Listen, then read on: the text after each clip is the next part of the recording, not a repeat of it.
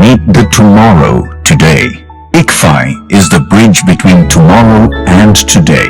Bridge between aspirations and accomplishment. Bridge between I wish to I can.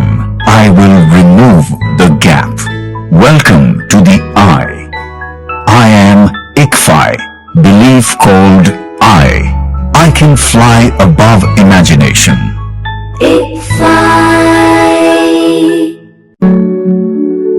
ప్రతి కళ ఇంటి నుండే మొదలు.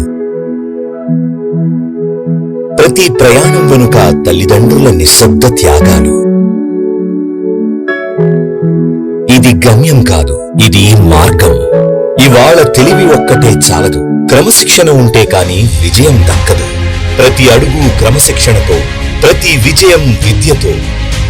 మన VVIT university, absolute discipline, absolute education.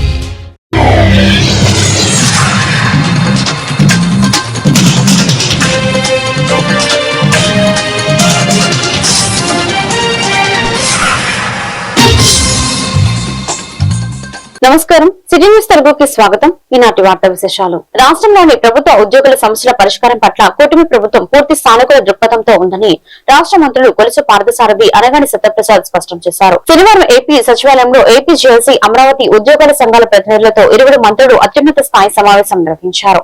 ఉద్యోగుల సంక్షేమం, పెండింగ్ బకాయిలు, సేవా సంబంధిత అంశాలపై ఈ సందర్భంగా సుదీర్ఘంగా చర్చించారు.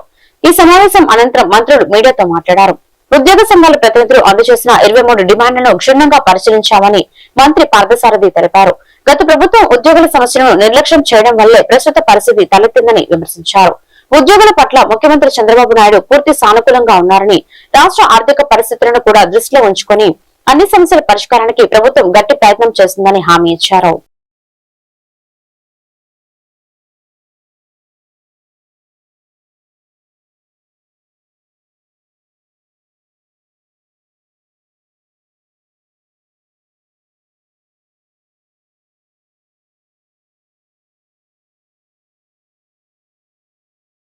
ఎన్టీఆర్ జిల్లా పెనుగంచిప్రోలులో ఉన్న పురాతన జామియా మసీద్ మరమ్మతుల కోసం నందిగామకు చెందిన వైఎస్ఆర్ కాంగ్రెస్ పార్టీ నాయకులు షేక్ కరీముల్లా ₹1,00,000 విలువైన చెక్కును అందజేశారు. ఈ చెక్కును జగ్గయ్యపేట నియోజకవర్గ వైఎస్ఆర్సీపీ ఇన్ఛార్జ్ తన్నీరు నాగేశ్వరరావు చేతుల మీదుగా జామియా మసీద్ కమిటీ సభ్యులకు అందించారు. ఈ సందర్భంగా మసీద్ అభివృద్ధికి సహకరించిన షేక్ కరీముల్లాకు కమిటీ సభ్యులు ప్రత్యేక కృతజ్ఞతలు తెలిపారు. సమాజ సేవ దృక్పథంతో అన్ని వర్గాల ప్రజలకు అండగా నిలుస్తూ మత సామరస్యాన్ని పెంపొందించే కార్యక్రమాలకు ఇలాంటి సహకారం ఆదర్శప్రాయమని పలువురు అభిప్రాయపడ్డారు. మస్జిద్ కి మరి ఎప్పుడో పురాతనమైన మస్జిద్ అని చెప్పి అల్లాబక్ష్ గారు చెప్పారు. ఇక్కడ ఉన్న ముస్లిం పెద్దలు కూడా చాలా మంది చెప్పారు. సుమారుగా 500 సంవత్సరాల చరిత్ర ఉన్న మస్జిద్ ఇది. మరి ఎప్పటి నుంచో మరి అభివృద్ధికి నోచుకోవటం లేదు. ఇక్కడ ఉన్న ఎవరైతే ఉన్నారో ఈ మస్జిద్కి వచ్చే వాళ్ళందరూ కూడా మరి రెక్కాడితే కానీ ఒక్కాడిన వాళ్ళు, ఏదో చిన్న కాయ కష్టం చేసుకునే వాళ్ళు, దీని అభివృద్ధికి నిధులు కావాలి అని చెప్పి మరి మన పక్కన నందిగా మన ఊరు కూడా కాదు వారిది. వారి పేరు కరీముల్లా గారు. మరి వారు దుబాయ్ లో ఉండి రావడం వల్ల ఎక్కువ మంది కరీముల్లాలు నందిగామలో ఉండడం వల్ల వారి పేరు దుబాయ్ కరీముల్లాగా పేరు వచ్చింది. మరి ఎంతో మంచి మనసు కలిగినటువంటి వ్యక్తి వారు. ఎందుకంటే ఇప్పుడు నేను మాట్లాడుతూ విన్నాను, సుమారుగా 4-5 మస్జిదులకు ఇప్పటి వరకు నందిగాం ప్రాంతంలో మరి ఆర్థికంగా సహాయం చేసి ఆ మస్జిదులు అభివృద్ధి చెందడంలో కృషి చేశారు. ఏంటి సార్ మీ ఎజెండా అంటే, వారు 3 విషయాల మీద దృష్టి పెడతారంటే, నేను ఎక్కువగా హెల్త్ క్యాంపులు పెడతాను. మైనారిటీస్ ఎక్కువ మంది ఉన్న దగ్గర హెల్త్ క్యాంపులు పెట్టి వారికి కావాల్సిన వైద్యం, ఉచిత మందులు ఇవన్నీ కూడా ఇస్తా ఉంటాను నేను. రెండవది ఎడ్యుకేషన్ పరంగా కూడా ముస్లిం పిల్లలు ఎవరన్నా చదువులు ఆగిపోతే పేదరికంతో వారికి కూడా నా తోచిన సహాయం చేస్తా ఉంటాను. అలానే మూడవది వివాహాలు చేసుకునే మైనారిటీ అమ్మాయిలకి సంబంధించి ఏదైనా డబ్బు ఖర్చుకి సంబంధించి ఏదైనా ఇబ్బంది వస్తే వారికి కూడా మైనార్టీ ప్రజల హక్కులను పరిరక్షించడంలో కూటమి ప్రభుత్వం పూర్తిగా విఫలమైందని వైసీపీ ఇన్ఛార్జ్ తన్నీరు నాగేశ్వరరావు ఆగ్రహం వ్యక్తం చేశారు. శనివారం వైసీపీ కార్యాలయంలో ఏర్పాటు చేసిన విలేకరుల సమావేశంలో ఆయన మాట్లాడుతూ, దివంగత ముఖ్యమంత్రి డాక్టర్ వైఎస్ రాజశేఖర రెడ్డి హయాంలో ముస్లిం మైనార్టీలకు 4% రిజర్వేషన్లు కల్పించి వారి అభ్యున్నతికి కృషి చేశారని, అనంతరం మాజీ ముఖ్యమంత్రి వైఎస్ జగన్మోహన్ రెడ్డి కూడా ముస్లిం మైనార్టీల సంక్షేమానికి పెద్దపీట వేసి వారి హక్కులను పరిరక్షిస్తూ అనేక సంక్షేమ పథకాలు అమలు చేశారని తెలిపారు. కూటమి ప్రభుత్వం అధికారంలోకి వచ్చి 2 ఏళ్లు దాటిన ముస్లిం మైనారిటీల సంక్షేమాన్ని పూర్తిగా విస్మరించిందని ఆరోపించారు.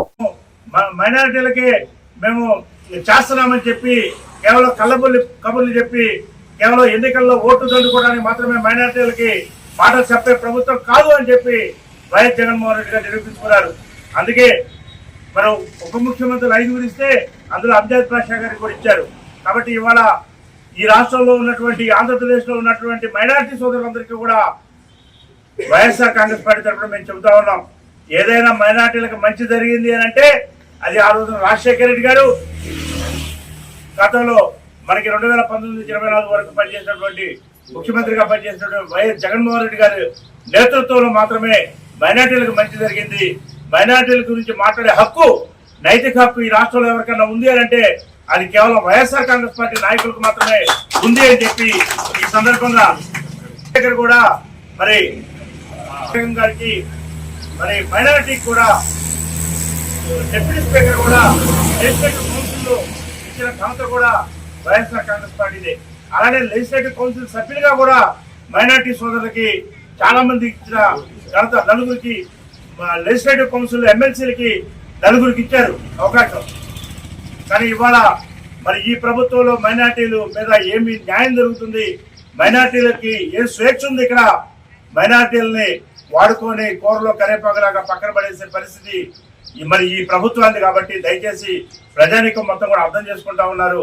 తప్పనిసరిగా వీరికి రాబోయే ఎన్నికల్లో, పంచాయతీ ఎన్నికల్లో కానీ, ఎంపీటీసీ ఎన్నికల్లో కానీ, మున్సిపల్ ఎన్నికల్లో కానీ తప్పనిసరిగా మైనారిటీలు మొత్తం కూడా వైఎస్ఆర్ కాంగ్రెస్ పార్టీకి ఉండి జగన్మోహన్ రెడ్డి గారి నాయకత్వాన్ని బలపరుస్తారని చెప్పి తెలియజేసుకుంటూ, ముఖ్యంగా సోదరులు కరీముల్లా గారు జక్కంపూడి వైఎస్ఆర్ కాలనీలో డ్వాక్రా రుణాల పేరుతో కోట్లాది రూపాయల కుంభకోణం జరుగుతుందని, లోన్లు కట్టకుండా ఎగనామం పెట్టిన వారే తనపై తప్పుడు ప్రచారాలు చేస్తున్నారని స్థానిక మహిళ దిండ శారద సంచలన ఆరోపణలు చేశారు.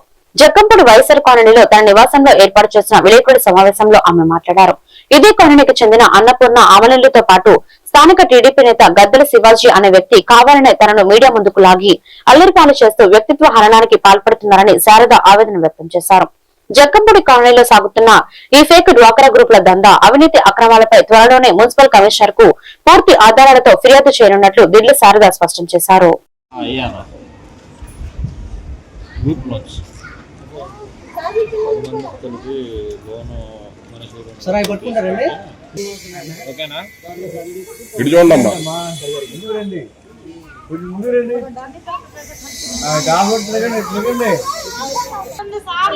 చూడండి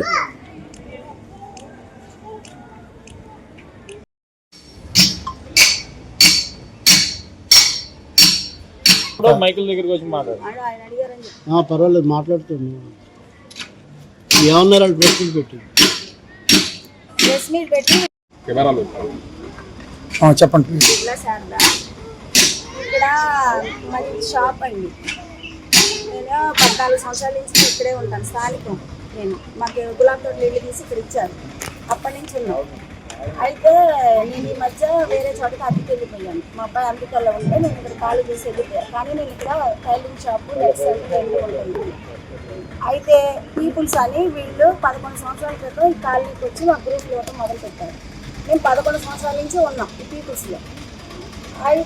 అయితే ఈ మధ్య వీళ్ళిద్దరు అక్క చెల్లెళ్ళు, ఈ అన్నపూర్ణ అన్న అమ్మాయి, యామని అన్న అమ్మాయి, వీళ్ళు మమ్మల్ని 2-3 నెలల నుంచి గ్రూపులు కట్టుకొని ఇబ్బంది పడుతున్నారు. వీళ్ళ లెక్క ఏంటంటే ఎవరు కట్టినా కట్టకపోయినా 10 మందిలో డబ్బులు లీటర్ వేసుకొని కట్టాలి. 1 వారం అంటే కడతా, 2 వారాలు, ఇప్పుడు 9-10 వారాల నుంచి వీళ్ళిద్దరూ కట్టట్లా. ప్లస్ కట్టిన డబ్బులు కూడా తీసుకుని ఆ టయానికి కనపడట్లా. లీటరే కట్టాలి 10 మంది డబ్బులు.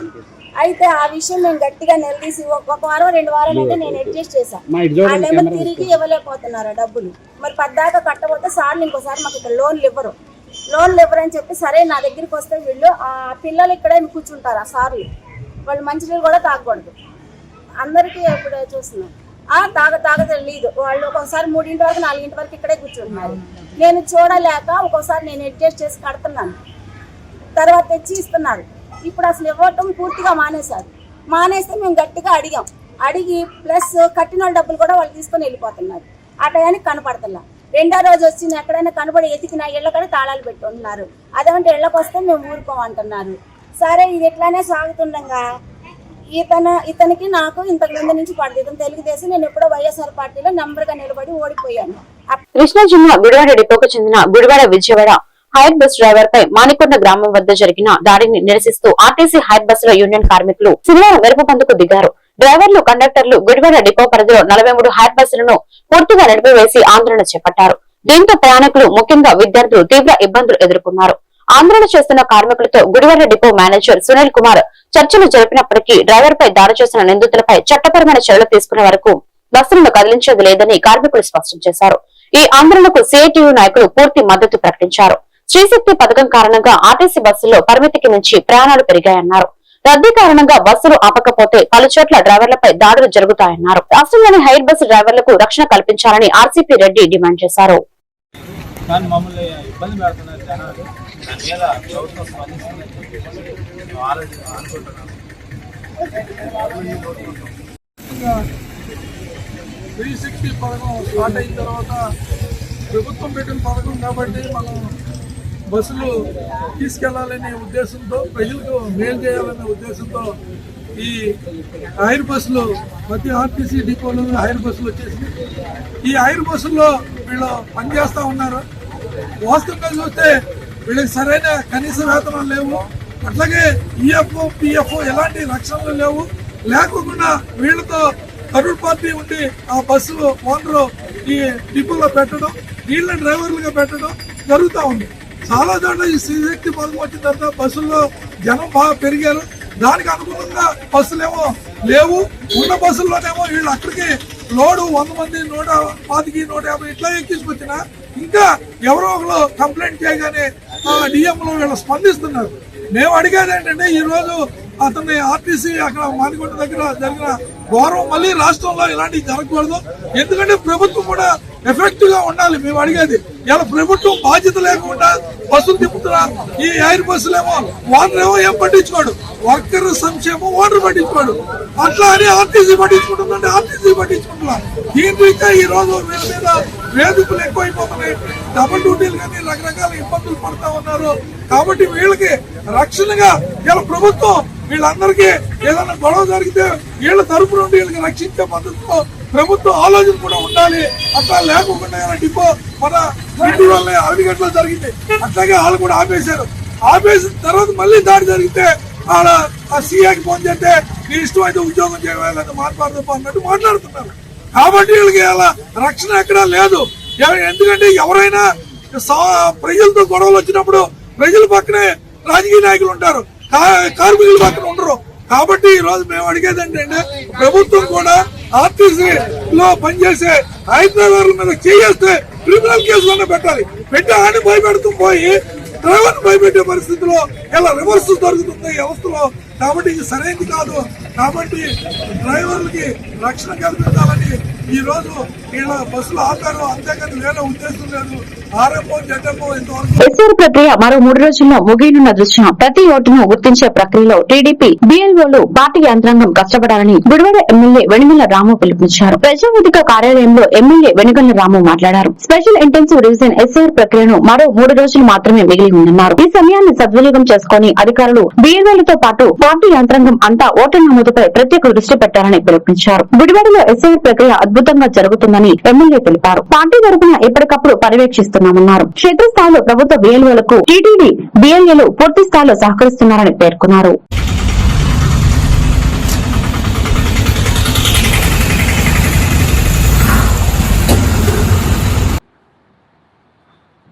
గుడివాడలో ఎస్ఆర్ ప్రక్రియ చాలా అద్భుతంగా సాగుతుందని చెప్పేసి ఆర్డీఓ చెప్పడం జరిగింది. ఎప్పటికప్పుడు మానిటర్ చేసుకుంటున్నాం. పార్టీ తరఫున కూడా చాలా ఎన్యూమరేషన్ ఫామ్స్ తెప్పించి మేము డైరెక్ట్గా బిఎల్ఓలకి అందజేయటం జరిగింది.